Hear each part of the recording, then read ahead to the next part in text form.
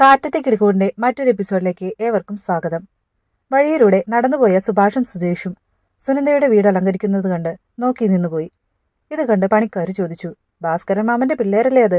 അത് കേട്ട് സുനന്ദ ജനലിനരികിൽ വന്നെത്തി നോക്കി. സുനന്ദയെ കണ്ടതും സുധീഷ് സുഭാഷിനെ വിളിച്ചു കാണിച്ചു. നീ വരാൻ നോക്ക്, സുഭാഷ് സുധീഷിനോട് പറഞ്ഞു. സുധീഷ് ചോദിച്ചു, സുഭാഷേട്ടാ, ശരിക്കും ഒരു തരി പോലും വിഷമമില്ലേ? ഉണ്ടെങ്കിലൊരു വഴിയുണ്ട്, ഒരൊറ്റ സ്മോൾ മതി, മനസ്സ് റിലാക്സ് ആവും. ഇത് കേട്ടതും സുഭാഷ് പറഞ്ഞു, നിനക്കങ്ങനെ വല്ലതും പതിവുണ്ടോ? അങ്ങനെ എന്തെങ്കിലും ഉണ്ടായിന്ന് ഞാൻ അറിയട്ടെ. കയ്യും കാലും ഒടിച്ച് ഞാൻ വീട്ടിലിടും, പറഞ്ഞേക്കാം. അന്ന് രാത്രി സുനന്ദയെക്കുറിച്ചോർത്ത് വിഷമിച്ച് അടുക്കളയിൽ നിൽക്കുകയാണ് സുഭാഷ്. എന്തോ കരിയുന്ന മണം വരുന്നില്ലേ? നിധി എല്ലാവരോടുമായി ചോദിച്ചു. നിധി അടുക്കളയിൽ ചെന്ന് നോക്കി. അയ്യോ സുഭാഷേട്ടാ, കരിയുന്നു. അപ്പോഴേക്കും എല്ലാവരും അടുക്കളയിലേക്ക് വന്നു. സുഭാഷ് പറഞ്ഞു, അത് ഞാൻ പെട്ടെന്ന് കണ്ടില്ല, ഞാൻ വേറെ ഉണ്ടാകാം. ചാറുകറി രുചിച്ചു നോക്കിയിട്ട് നികേഷ് ചോദിച്ചു, കറിയിലേക്ക് ഉപ്പിട്ടതാണോ അതോ ഉപ്പിലേക്ക് കറി ഒഴിച്ചതാണോ? ചോറ് തുറന്നു നോക്കിയിട്ട് നികേഷ് ചോദിച്ചു. ചോറിപ്പോ ആകെ വെന്ത് പായസം പോലെ ആയല്ലോ.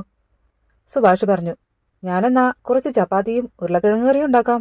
ഇനിയിപ്പോ ഒന്നും ഉണ്ടാക്കാൻ നിൽക്കണ്ട, ഞങ്ങൾ പോയി പുറത്തുനിന്ന് എന്തെങ്കിലും വാങ്ങിക്കൊണ്ടുവരാം, നികേഷ് പറഞ്ഞു.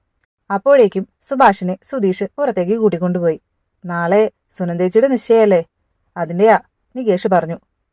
പുറത്തു കൊണ്ടുപോയി സുധീഷ് സുഭാഷിനെ നിർബന്ധിച്ച് മദ്യം കുടിപ്പിച്ചു. ഒന്നും തോന്നുന്നില്ലല്ലോ, പച്ചവെള്ളം പോലെയുണ്ട്, സുഭാഷ് പറഞ്ഞു. ഒരെണ്ണം കൂടി അടിക്കേ, സുധീഷ് പറഞ്ഞു. സുഭാഷ് അതും കുടിച്ചു. ഇപ്പോ എന്തു തോന്നുന്നു? ഇനി സുഭാഷേട്ടന് പറയാനുള്ളതെല്ലാം എന്നോട് പറ, സുധീഷ് പറഞ്ഞു. അങ്ങനെ സുഭാഷ് സംസാരിച്ചു തുടങ്ങി. പണ്ട് 10ാം ക്ലാസ്സിൽ പഠിക്കുമ്പോൾ മുതലുള്ള തന്റെ നഷ്ടപ്രണയങ്ങളെക്കുറിച്ച് സുഭാഷ് വാചാലനായി. ആദ്യത്തെ പ്രണയത്തെക്കുറിച്ച് പറഞ്ഞതെല്ലാം ഒരു തമാശ കേൾക്കുന്നത് പോലെ സുധീഷ് കേട്ടിരുന്നു. പക്ഷേ സുനന്ദയെക്കുറിച്ച് പറഞ്ഞപ്പോൾ സുഭാഷിന്റെ മനസ്സിലെ വിഷമം മുഴുവൻ അതിലുണ്ടായിരുന്നു. സുഭാഷ് സുധീഷിനോട് ഉറക്കെ സംസാരിക്കുന്നത് കേട്ട് നിധിയും നികേഷും ഹരീഷും പുറത്തേക്ക് ഇറങ്ങി വന്നു.